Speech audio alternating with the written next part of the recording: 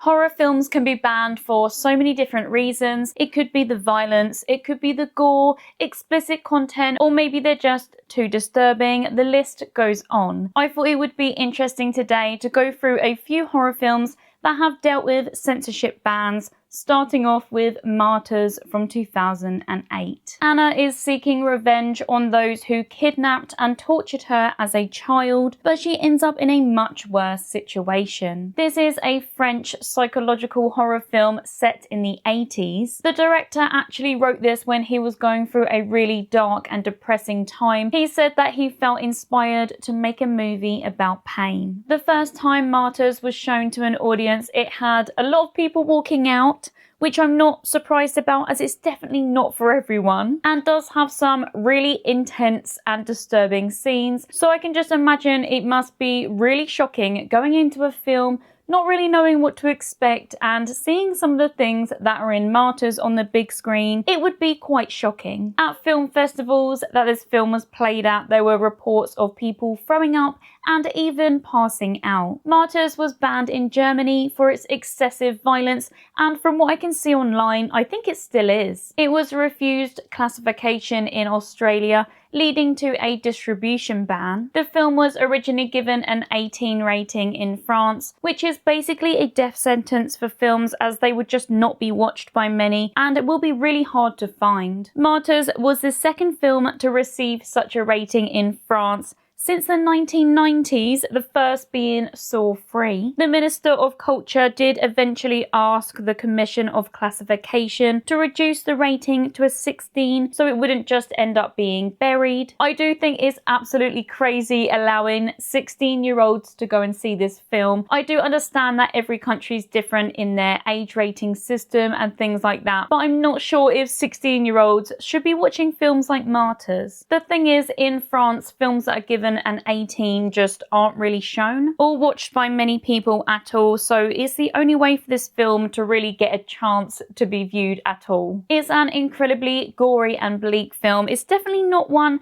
that will leave you feeling in a good mood. There aren't many happy moments, if any. It's about this poor girl who was abused and left severely traumatized and now is the subject to a whole lot more violence. The most talked about disturbing scene that I've personally seen online and within the horror community is the scene where Anna gets skinned alive. I was really preparing myself for this scene in particular when I watched this film for the first time, just because I had seen people say it was one of the most disturbing things that they've ever seen. So I was kind of expecting a long, drawn out scene of her getting skinned, but that actually wasn't the case at all. I don't know if this is maybe because I watched a cut version, but I can't find any other clips or anything online to say that this scene is longer in an uncut version. Obviously, absolutely horrific, but it is a short scene and it's not something that we actually see on camera. We don't actually get to see the act of her getting skinned. We do see a close-up of Anna's face whilst this is happening to her, obviously in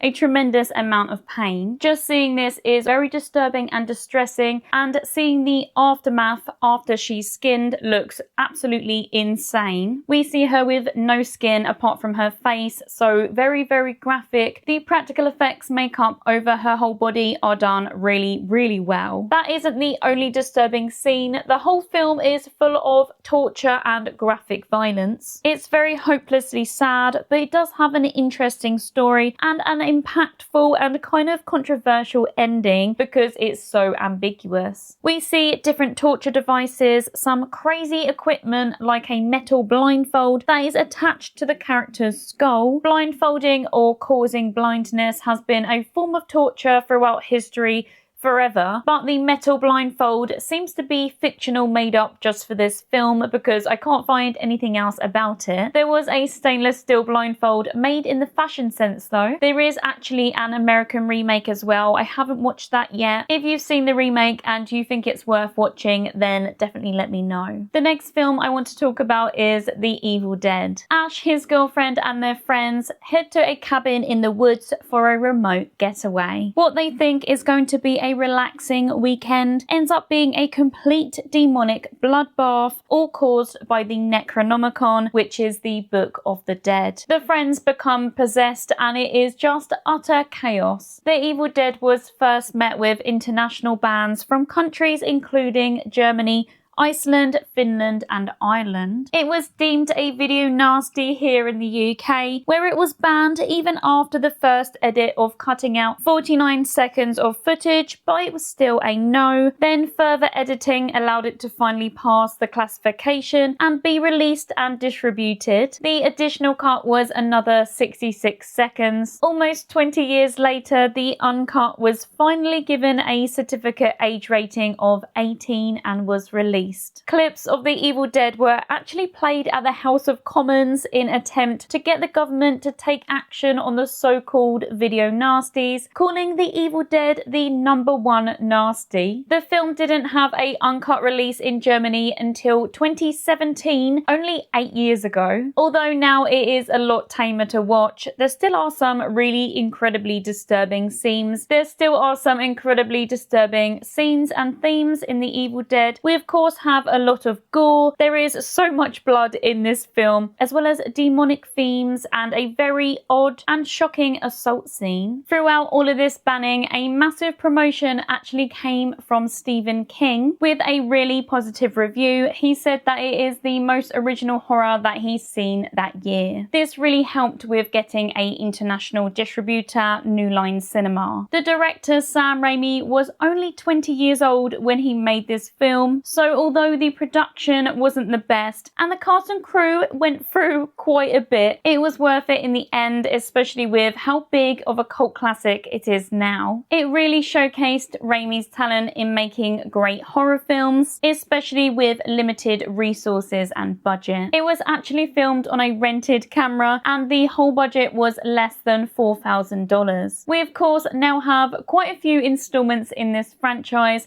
including a spin-off TV show. We've got video games, so much merch. It's very, very popular within the horror community. The newest film is set to release next year, called Evil Dead Burn. We haven't got any details on a plot line and don't know much information yet, but I'm really excited. I'm always happy to welcome a new installment in this franchise. The next film is Inside from 2007. A pregnant woman, Sarah, who is mourning the death of her husband, fights for her life when a strange woman invades her home with the intention of stealing her unborn baby from her stomach. It is obviously, as you can tell from the description, extremely disturbing. The stranger first turns up at Sarah's door asking to use her phone. Sarah doesn't want this woman to come inside, so she makes up an excuse about her husband, and the woman replies saying that she knows he's dead. Sarah does phone the police and they do come round, but the woman is long gone by then. They kind of check the area and they can't see her, so they leave her be, but they do say that they'll be back later on in the night to just kind of pass by. Once the police have gone, Sarah develops some photographs that she took earlier that day and notices that the woman that came to her door is also in the background of some of the photos that she took, indicating that this woman has been following her around, but because the police had been by, she decides to go to bed anyway, but then suddenly wakes in the night with a strange woman in her bedroom standing over her wielding a pair of scissors. Inside, like Martyrs, is another French horror film.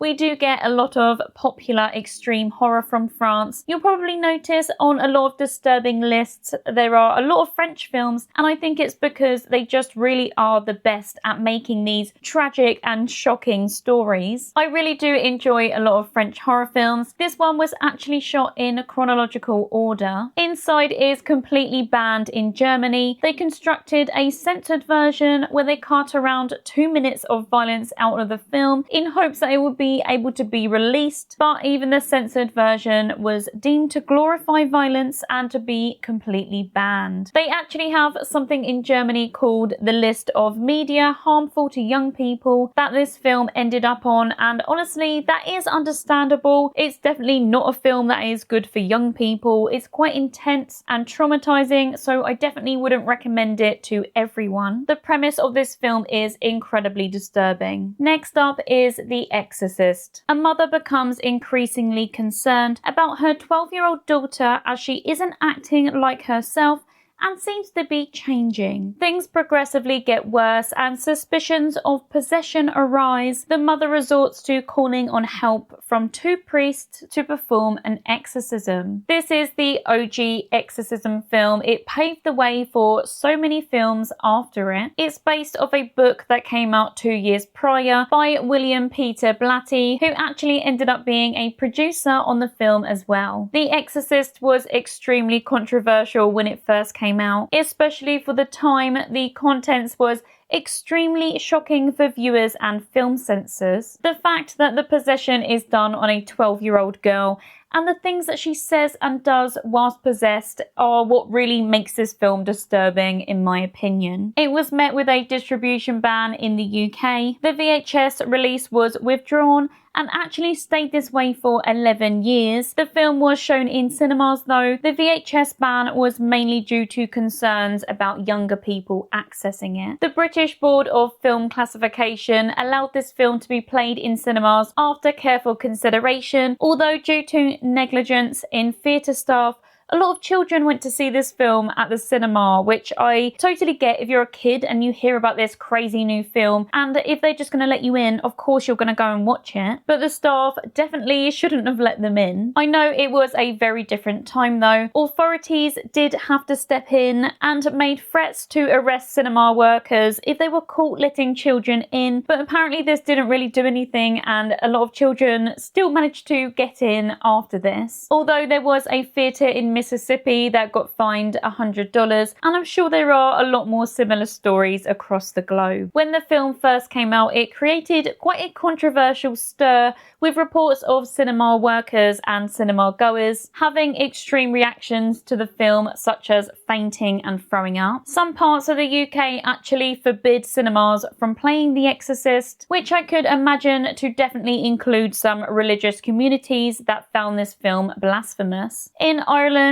a censored version was allowed to be released to the cinemas. This version removed quite a lot of parts, including religious profanity and explicit language. A lot of chaotic and tragic things actually happened on the set of The Exorcist and surrounding its release. Some cast and crew got injured. Some people even died, but I feel like that's a discussion for another day, so if you're interested on a whole video about that, then let me know. With how controversial The Exorcist was when it first came out, this of course really promoted the film because it had everyone talking about it, good or not. At the time, it earned itself the title of Scariest Movie Ever Made by viewers. The last film I'm going to talk about today is the Texas Chainsaw Massacre. A group of friends are traveling across Texas on a road trip to visit the cemetery where 2 of the group, Sally and Franklin's grandfather, was buried. They end up picking up a hitchhiker, which doesn't end well when the man ends up hurting himself and Franklin. They get him out of the car and drive on, ending up exploring the area when they come across what looks like an abandoned house, which doesn't end up being abandoned when they soon realise Leatherface is inside wielding a chainsaw. The group end up being pursued by Leatherface and his whole cannibalistic family. This film is marketed as based on real life events, which is definitely a stretch as most of the film is completely fictional, but Leatherface is loosely based on the serial killer Ed Gein. The director's response to claims of misinformation, as it's not completely based on real life events, were that it's a response to how the government lies about things that go on around the world. He was hoping that this film would get a PG rating due to its minimal gore, but it firstly got an X rating, then a cut version was resubmitted which received an R rating. PG is absolutely crazy because children definitely shouldn't be watching this film. The Texas Chainsaw Massacre ended up being banned in Britain, but it did survive a whole year in cinemas before the ban was put in place by the British Board of Film Censors. During this ban, all films actually couldn't include the film Chainsaw if they didn't want to be banned, which led to so many filmmakers having to rename their films. Many years later, this ban was lifted and the Texas Chainsaw Massacre was given an 18 rating. very far from PG. I honestly don't know what he was thinking. It was banned in France, Sweden, Ireland, and so many more countries for its violence and subject matter. More implied violence, as we don't actually see that much on the screen. It's a film that's really good at being extremely disturbing, but in other ways other than gore. I think even seeing Leatherface with his human face mask, how big he is and tanky, wielding that chainsaw and just having no fear at all. He almost seems inhuman. His family too, when you know they're cannibals and you see just how insane they are, you just feel incredibly hopeless for our characters. In 1975, the film was denied classification in Australia. A cut version was submitted and once again denied. They went backwards and forwards for a few years trying to sort out something so that they could get some sort of distribution, but it did take till 1984 to finally get approved to be released with a R rating. This year, in 2025, was actually the first ever time that this film was played in Polish cinemas. They showed a 4K remastered version. There are so many films in this franchise now, so many reboots, so many remakes, reimaginings, some much better than others. One of my personal favourites is the 2003 remake. It follows the same story but adds a lot more gore. This film was actually my introduction into the Texas Chainsaw Massacre franchise growing up in the 2000s, and I just loved it. I found it terrifying, shocking, and just a fun watch. I think it's a horror remake done really well. I do like most of the films in this franchise, apart from Leatherface from 2017 and the 2020 sequel reboot that went straight to Netflix. I wasn't a massive fan of those. So that's it for today. I really hope you enjoyed this video. It was a lot of fun to kind of do some research into these films. I found out so many things and I just find it so interesting to look into different horror films and the history of horror. As always, thank you so much for being here. If you would like additional videos and to support my channel, then you can always join my Patreon or YouTube subscriptions. I'll see you again in another one very soon.